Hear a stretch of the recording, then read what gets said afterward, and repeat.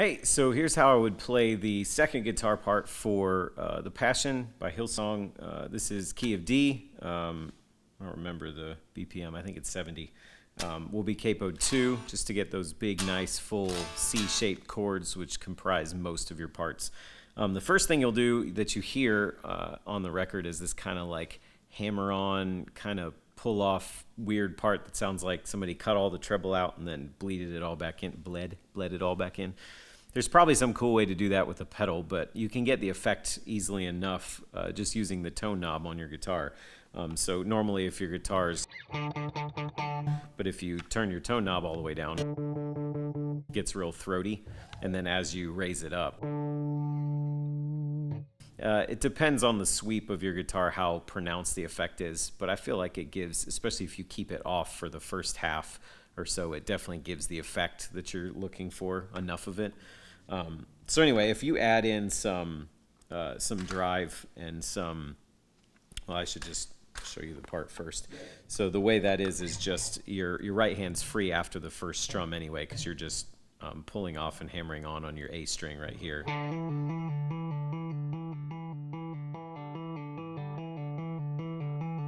So you kind of have to mess with your rhythm and stuff a little bit, but then if you roll your tone knob back, you get the,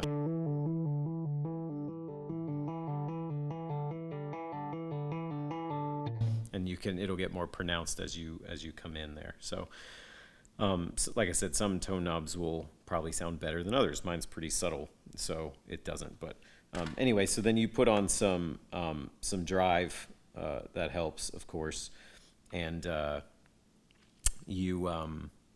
I don't use any delay for any parts on this song. I mean, if you want to use a little bit that's light, it's fine just to fill things out, but just a little bit of reverb seems to be fine for most of your parts. You don't really have anything that carries. If you do use delay, I would use just super short repeats and super low mix kind of thing, but none at all works great. So if you do that same part, adding some drive and some reverb, it's...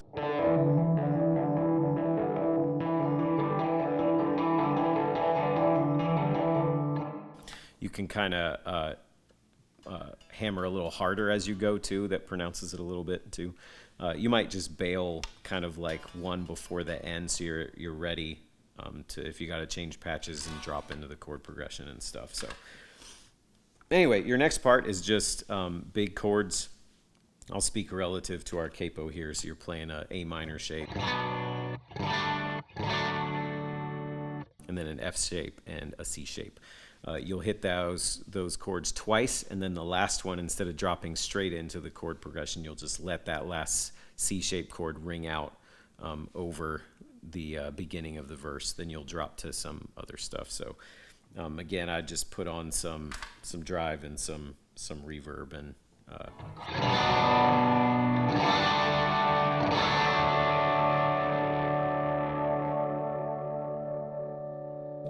let that one ring out over the verse. Once you hit the verse, you're pretty much just playing the same chords. I'd switch maybe to middle position, something that's not very aggressive sounding, because you're just lightly going behind the vocal, which is pretty chill at that point in time. So just a real nice light.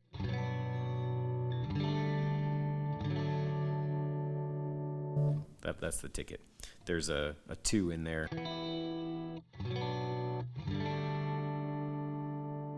Occasionally you can pick those.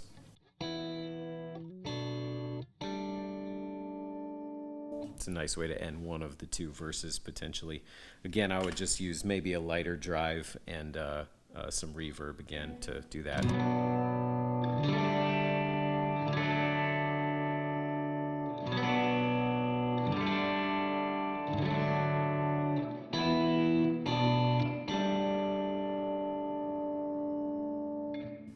That's kind of what you're looking at for that part. So then once you get to the chorus, you're going back to those same big C-shaped bass chords, except you're adding a strum pattern to them instead. So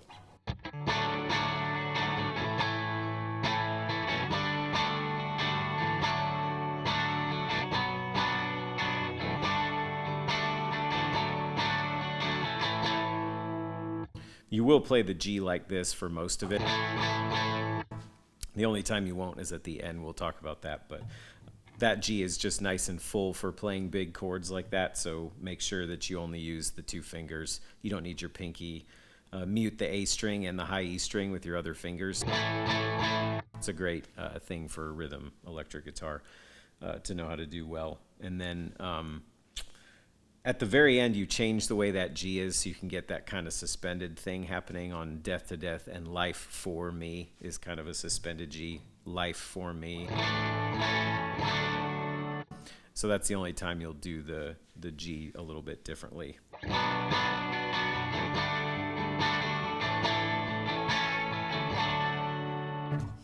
Again, just some drive and some reverb.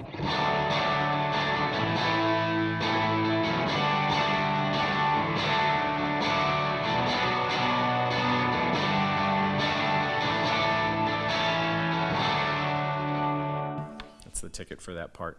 You're out for the first part of the bridge. When you come in, you're going to come in with power chords instead of what was happening before, and so it just traces that same progression.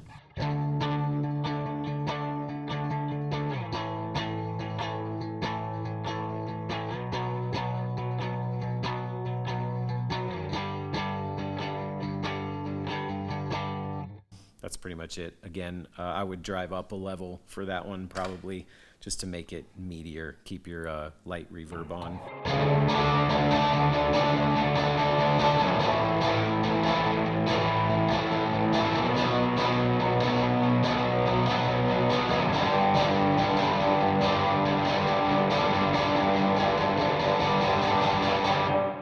And then you're back into just the really big, same kind of big progression there. You play those power chords through the second part of the bridge to repeat, and then you're back into the same big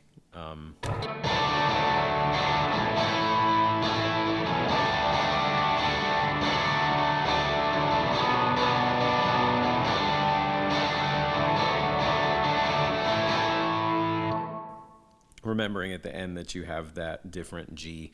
And at the very end of the whole thing, there's a tag. It tags Death to Death and Life for Me twice. So you'll go back and forth a lot from the A minor shape to the G shape there, just to show you what that's like.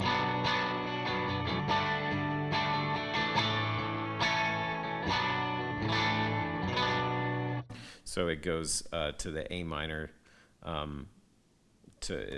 back to the G shape, back to the A minor shape, back to the G shape, back to. So you got a lot of back and forth. Just practice that a couple times, just so you know.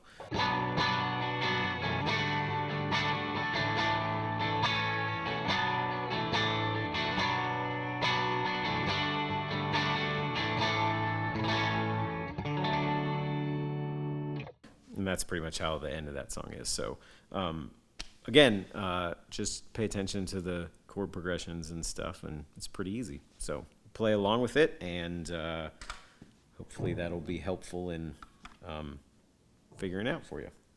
1, 2, 1, 2, 3, 4. Intro.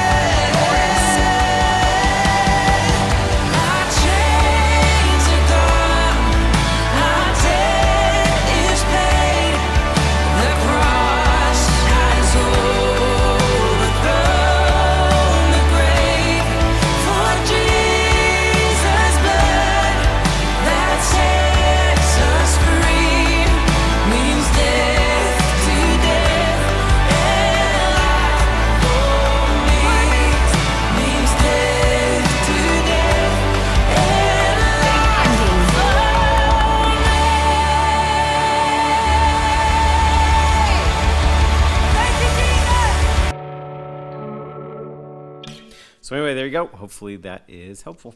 See you. Bye.